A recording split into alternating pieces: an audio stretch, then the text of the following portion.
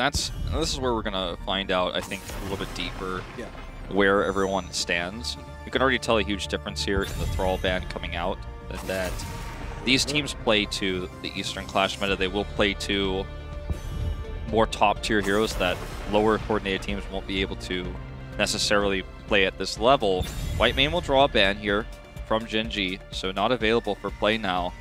And for Tempest, there's a lot of different options here. The Sergeant Hammer ban was permanent in the previous series, but Sergeant Hammer's not really a first pick hero on Towers of Doom, so we may just see something like a Deckard Cain or Diablo ban instead. Yeah, I wouldn't be surprised to see a Diablo. Oh, there we go. Diablo does come out. But, I also wanted to mention that Gluck had to always focus on the Dehaka ban for all of the rounds. And maybe now, there's no Dehaka ban here for either teams. And, they don't have target ban, rather, on the other side. And they just banned Whitemane. And we do see the Deckard Cain coming out on the other side. Yeah, target banning versus Gen.G in particular as well is suicidal. Yeah. They have the largest hero pool of any team at the highest level. I mean, Rich will play Alarak. It's an incredible win rate on that. We will see Phoenix fill the gaps here. And Cyan will play his Anub'arak. Kind of self-proclaimed best Anub'arak in the world, but I think he is a force to be reckoned with on that hero. And it can really disrupt what Gen.G is trying to set up here with this Deckard Cain, because he has the ability to cocoon, he has the ability to dive deep, set up some extra CC for Phoenix. Rich's Raynor is a very, very, very scary thing to ever come up against, but they already have the Anub'arak. If they can find another way to lock him in, stun him, prevent his escapes, that might be the way that Tempest is able to crack this. Maybe a noob Burrow charge with the Malfurion CC right after that, if that does connect together, because I also want to mention that Tempest has a 90% Malfurion win rate. Malfurion was picked 10 times, they only lost once with Malfurion, won 9 times with it. So I don't know, maybe Tempest will grab that Malfurion since they do still have that support position open right now. It's definitely going to be the Malfurion, I think, and that's part of the reason why we see this Maiev ban. Maiev was the way they shut down Raynor earlier, Supernova, with the containment disc into Roots, for example. It could be very powerful against Deckard Cain. It doesn't have a traditional, cleanse, right? So with Deckard Cain in that position, that's a very terrifying combo. So I like the Maiev ban. We're going to see today's first Dehaka. Yeah. So Tempest is going to be playing around the macro aspects of Towers of Doom with this global pick. Yep, we do finally see Dehaka not in the ban pick list, but on the pick list on the side of Tempest, like you said. And we do see the Blaze coming out with the Li Ming. Definitely a expected composition coming in from the side of Gen.G here. Yep, very much combo oriented with Stay a While and Listen with Deckard Cain. There's a lot of heroes that really empower Li Ming in this meta.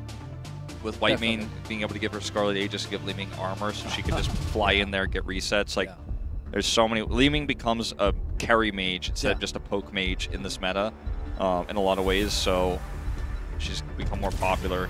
Hanzo will be the final pick, and this is for hard engage more than anything else. It's going to help really deal with Raynor. Clear times for camps, boss in particular. That's a significant advantage you're going to have with Tempest here. But Gen.G doesn't have bad clear times either with Raynor. So I think it's a pretty even draft across the board. How Tempest operates around Rich's Raynor is going to be how they win or lose this map. I don't think it's going to be as much about Dehaka's global presence. I think it's going to be more about the hard engage, how to utilize this Anub'arak in particular and the Malfurion. Can they blow Raynor up? Exactly. And, I'm very excited to see if Tempest will be able to pull that off with the Burrow charge, with this, the constant CC onto Raynor will just delete Raynor off the map. But if they go with that combo and Gen.G still manages to keep Raynor alive, then that's going to just turn the tide. Absolutely. So we head into it. Gen.G blue side, of course, here with their new Gen.G mount, which is just recently added to the game after their mid-season Brawl Championship. And they've got the sprays there as well, so real synergy here. On the side of Tempest, of course, their mount's been in the game for a long time, since their mid-season, or not mid-season Brawl, rather, their Summer Global Championship win in 2016. match the synergy here. Except lockdown, he's got no mount. So. All right, here we go. In the first game, we did see a couple of early fights with pick-offs coming through, but we'll see if that'll happen with these two top-tier teams here. It's going to be just a little trade of the waves here. Gen.G needs to be careful about being this aggressive, even though they have the Deckard against the Anubarak. Lockdown does get the Li Ming combo, so we'll have to grab a Malfurion heal before he heads topwards. And the name of the game here for these two squads is going to be all about the 4-man rotations, who trades better. In terms of just actual, hold that thought, like this is going to be a pick on the Tist. Oh, if they can't hit him though, he's going to live. I can't believe they just didn't have another ability there. What I was going to say is that like in terms of sustained damage in lane, Tempest is not reliant on mana. They have Phoenix and they have Hanzo, whereas Li Ming is a little bit less so. Able to just freely damage forever. Yeah, but just now at bot, that pick, I thought it was going to come through. They landed the CC from Malfurion, they landed the burrow charge, just a little bit more, but Deckard was able to heal him out. Yeah, I mean, I think it just didn't everything was on cooldown, so just nowhere other way to punish. Right now, evenly just mirroring the camps here. Yeah, right now, T-Sign is just threatening a burrow charge in, but it's pretty unreasonable at this point to commit. They're just going to be completely traded, as you say. And this is what, you may not like it, but this is what peak Heroes of the Storm performance looks like. It's very passive. Both teams are respecting each other a lot, knowing what they're capable of. I mean, both these teams practically see the game in 1s and 0s at this point because of how long they've played it. They know what every hero's damage levels are and every risk of every movement. Oh, but they're going to commit to this one. This time around, double ZC coming in. Oh, finally gets that pick off here. Yeah, it's a trade, though, as Rich comes in for the flank, and he's got a lot more damage output here. Look at Kyocha as well. This could be easily a double if they hit good. Ooh. Oh, he does get the warp off, but there's the follow-up stun. Do they have enough damage? Wow. I don't think so.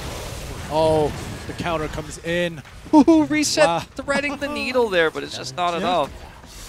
So, positive trade here for Tempest, in fact. Definitely. When it was a 1-to-1 trade, it looked okay, and, they had a little bit of danger for the Phoenix on the side of Tempest, but they were able to counter that and get that pick off onto the Meridian as well. So, right, and Tempest, they definitely know how to utilize this small advantage that they had. Unfortunately for Gluck in the first series, they were unable to do that.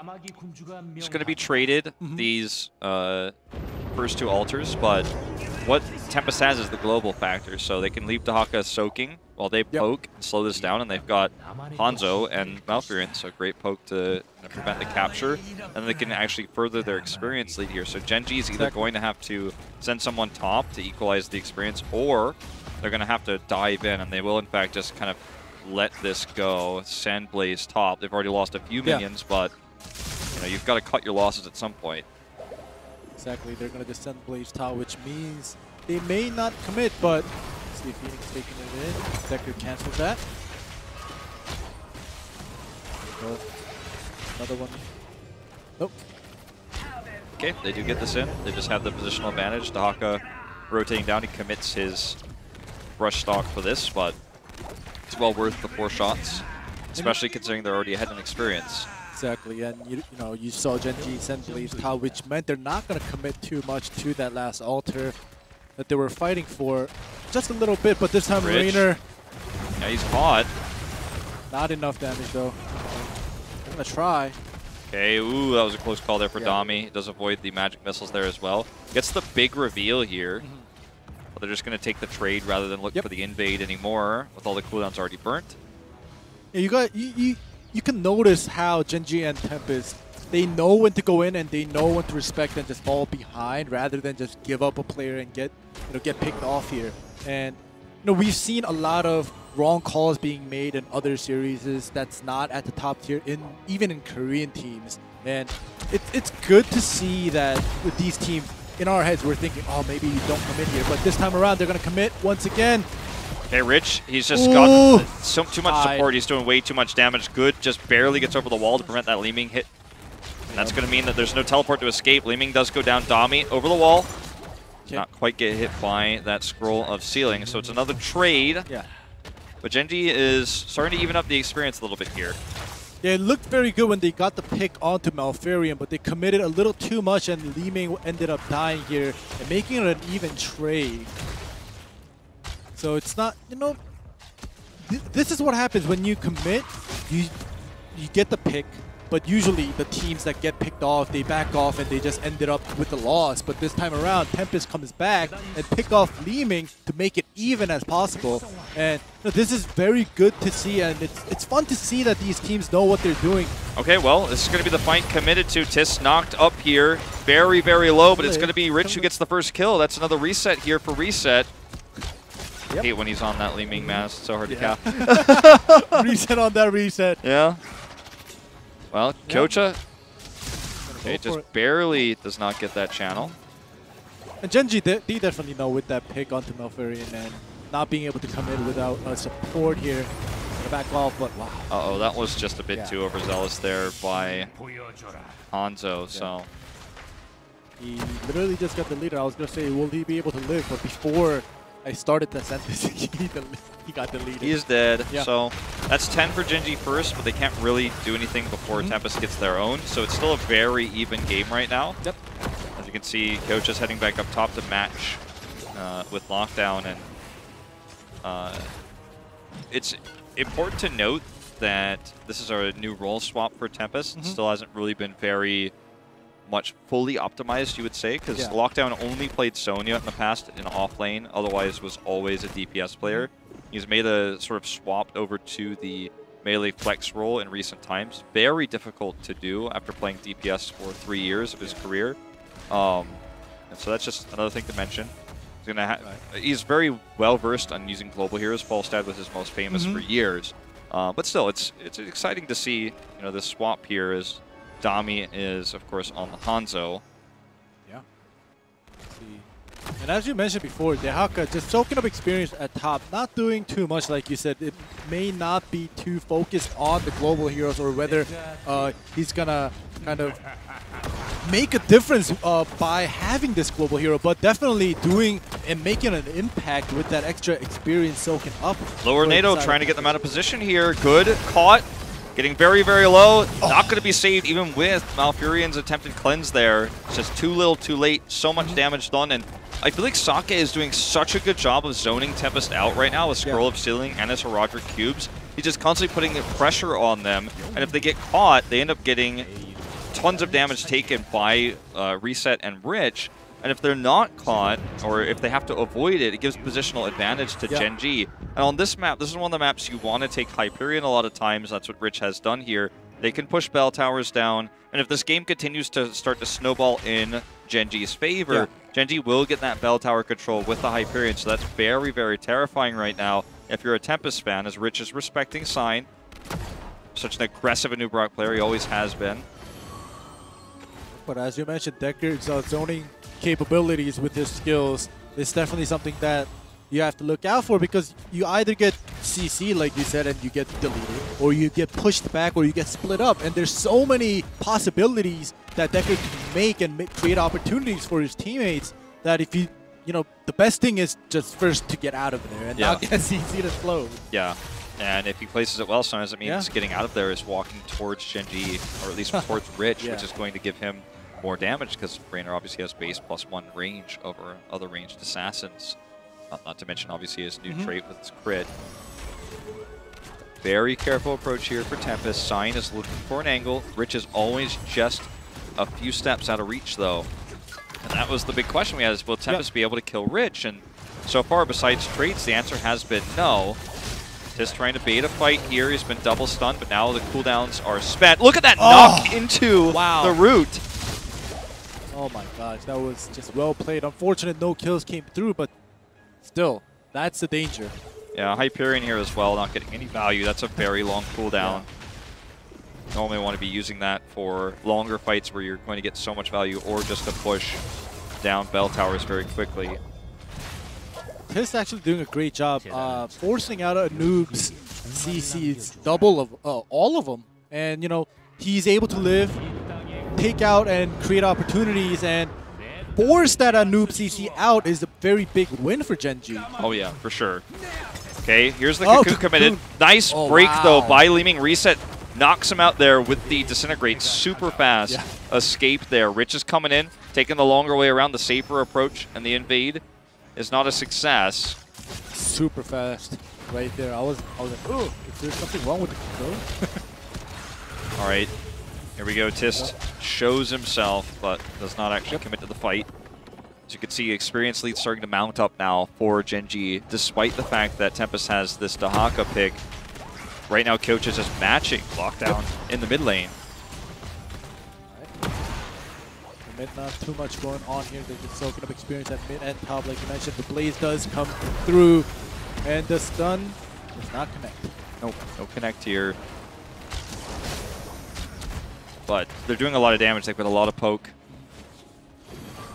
This is not the time you want to commit a high period. They don't have it anyways, but had they gotten a pick or two, that might have actually just been Bell Tower dead. Dunzo. You're going to see mostly Blaze and Dahaka just soaking up experience as they go. Yeah, they're just kind of trading lanes right now. Exactly. But this is the final triple. This is the big one here. So this is an opportunity for Tempest to really catch up. I mean, they're only 4 shots behind, but they can win a fight, take a significant lead in this game, not just catch up, but actually take a lead using their global. They're going to need to buy time, though, in order to do that. Yeah, Posturing around bot. Both of them have yet to hit 16, so this might be it for Tempest. Like you mentioned before, we see Gyocha taking that first. Yeah, in fact, a late start here for Lockdown. He could have been punished if there was anyone up there. But it's actually just going to be the quicker rotation coming down from Gyocha. So this is just going to negate the global that Tempest has, because you saw, like you said, Blaze gets that alter super fast and rotates down for that fight at bottom. A really good setup here for Sake with the potions as well means that anyone can kind of just walk and heal themselves, especially Tist if he is going to be taking the brunt of the damage here. But Rich is the one who ideally would like to get in there, do the damage, then walk back through those potions, so keep that in mind as this next fight is about to ensue. So Dahaka's getting some real value on experience now, so Gen.G needs to hard engage and make this capture happen now. The longer that they wait, it's going to cost them big in experience. Right, Side needs the burrow charge out of there, but Rich taking a lot of damage here. Dahaka hit 16, both of them hit 16 here. Ooh, big stun! That was a huge stun here. With the bunker going down, though. Cyan's going to get blown up. Reset in a really nice spot here. Just doing so much damage to Lockdown. Salvo comes out for Kyocha. That's going to kill him. Sake can't heal anymore, but Lockdown gets blown up. Reset just can carry this fight on his own. Yeah. All the resets coming through from Reset is just doing so much damage here. You see Hanzo trying to pick off that Decker. Self-heals coming through. There's the Reset again there. Flank. The Reset flank to get the Magic Missiles through the Disintegrate cast just to guarantee the kill. Leeming doesn't need a support when she's guaranteed to get Dominance stack. So for those who don't know, at level 4, she has a talent called Dominance, and when she gets a takedown, it means any involvement in a kill, which is technically what a takedown is, she gets additional health added to her pool. And then you start killing multiple people, you get resets on your cooldowns, and you get that health back. So she's not as reliant on Deckard Cain. So when Sake when he went low and was forced out of position, Reset knew that he could still stay alive and continue to get those kills. But now Tempest is 9 behind. It's not looking good. Slowly the gap is becoming larger and larger, and like we said, the Rainer staying alive for so long and unable to get picked off by the side of Tempest is not looking great, because, you know, one of the big thing is taking down Rich or taking down that Rainer, but they were unable to do that so far. Yeah. And I mean, now they're just going to try to escort these sappers in. Look at the zoning again from Sake. Tried to set it up with the Lornado to get a pick. Not going to happen. Tist is just blocking here to guarantee the shots coming through. Good time around. Salvo coming in. So much healing coming out from Sake, though. Tist will survive. Reset gets out of the cocoon. They cocooned him because he's the one who breaks cocoons. But still, all the shots coming through from those sappers. And now they've got the sustained healing coming out from Sake. He's just going to keep everybody up. Lockdown, brush talks in. Not even close to hitting a tongue grab here. The isolation is just going to buy some time. Oh, another coming in from Deckers. Gonna have to just. Look at has to back up. Look at the health on this on this bell tower. Yeah. They did nothing to it. They were able to scratch it. Yeah. And Gen.G is in such a good spot to just take this double bell tower now. Or sorry, double altar. Excuse me. Double altar. Don't get too excited. Yeah. They are trying though, Tempest, but they're still behind 12 right now after that fight. Not looking great, but still not over yet. It's not over yet. It's never over till it's over. Ooh, Sign just barely misses that stun there. Yep. Skill check does go in. The bunker is down. Okay, look at this route on to Sign. He's one of the main targets here. Is they're trying to get reset. They cannot. Rich flanks. He is cocooned, so that's a lot of damage removed. Tist in alone. In by himself. Root here onto the Phoenix, so he can't warp. Gets the target. Gets blown up right over the wall. Perfect job there by Reset. Oh my god. The route into knowing that was the one way he could escape because Rich had the other angle covered. That was so well done. He's dodging scatter arrows right now as well. And they turn this fight around. 2 health left on the core for Tempest. Anything ends this game, even this invade. Yeah, they're just going to go in. The CC, the double. Game is over. Tommy does get picked here. The arrow attempt to delay the inevitable, but this is going to be 2 sappers walking into the core. Yep. At least Ahaka can pad his experience stats in the top lane. look at this. We see the sapper going in. 1 and 2. Hyperion as well, just for good measure. Gen.G, 24-0 finishing score here.